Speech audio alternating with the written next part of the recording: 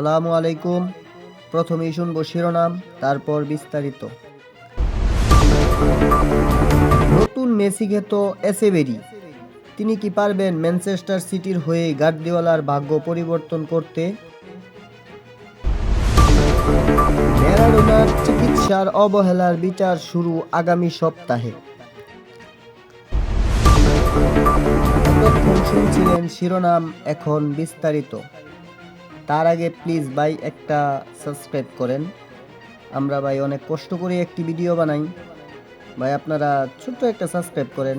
হয়তো আমি আর্জেন্টিনার খবর পড়ি বলে ব্রাজিলিয়ান সাপোর্টাররা আমাকে সাবস্ক্রাইব করেন না ভাই। কেন ভাই? আমরা তো খবর পড়ি, শুধুমাত্র সত্য খবরটা প্রচার করার চেষ্টা করি। প্লিজ ভাই দয়া করে একটা সাবস্ক্রাইব করে দেন। আর আর্জেন্টিনার সাপোর্টাররা তো অবশ্যই সাবস্ক্রাইব করবেন।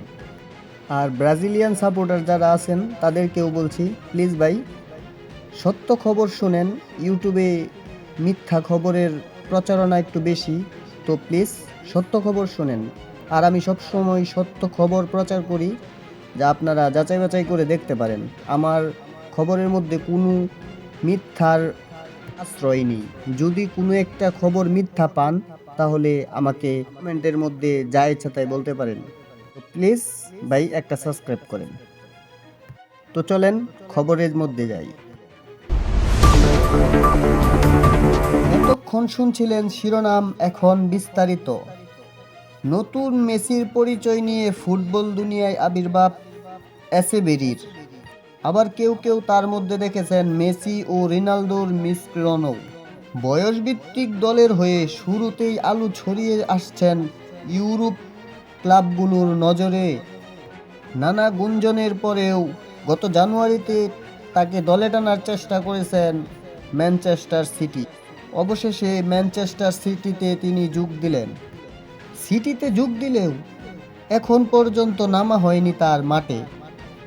চলতি বছরের জানুয়ারি পর্যন্ত ধারের চুক্তিতে থেকে যান রিভার প্লেটেই। চুক্তি অনুযায়ী জানুয়ারিতেই যোগ দিতে পারতেন এই আর্জেন্টিনার তরুণ, কিন্তু অনূর্ধ্ব-20 দক্ষিণ আমেরিকার চ্যাম্পিয়নশিপে অংশ নিতে পিছিয়ে যায় তার এই ম্যানচেস্টার সিটিতে আসা। অবশেষে আজ আনুষ্ঠানিকভাবে সিটির খেলোয়াড় হিসাবে স্বীকৃতি পেলেন এসেবেরি। এই দলটির হয়ে জার্সিও পেয়েছেন এসেবেরি। আপাতত 30 নম্বর জার্সিতেই দেখা যাবে তাকে।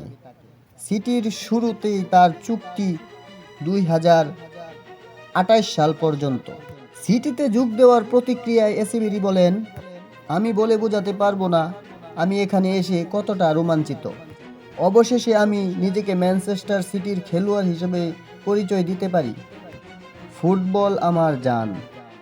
সিটিতে খেলতে আসার মধ্য দিয়ে স্বপ্ন পূরণ হয়েছে বলে উল্লেখ করেছেন এসেবেরি এবং আরও বলেছেন, আমার স্বপ্ন হচ্ছে একটি ইউরোপের একটি সেরা দলের হয়ে খেলা। আজ আমি আমার স্বপ্নের নিকটে চলে এলাম। ম্যানচেস্টার সিটি বিশ্বের সেরা দলগুলোর মধ্যে একটি।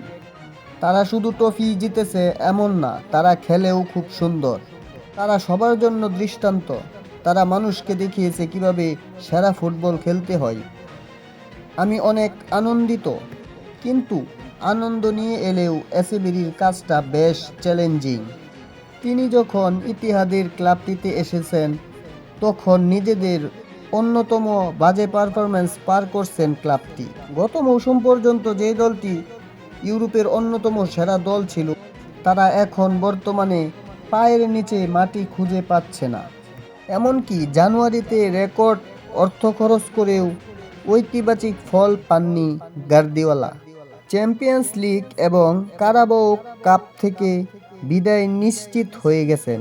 প্রিমিয়ার লিগও প্রায় হাতছাড়া হয়ে গেছে।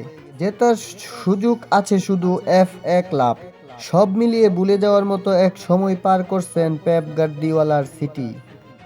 আর এমন সময় সিটির ভাগ্য বদলের গুরুত্ব কাঁধে নিয়ে যোগ দিলেন এসেবেরি।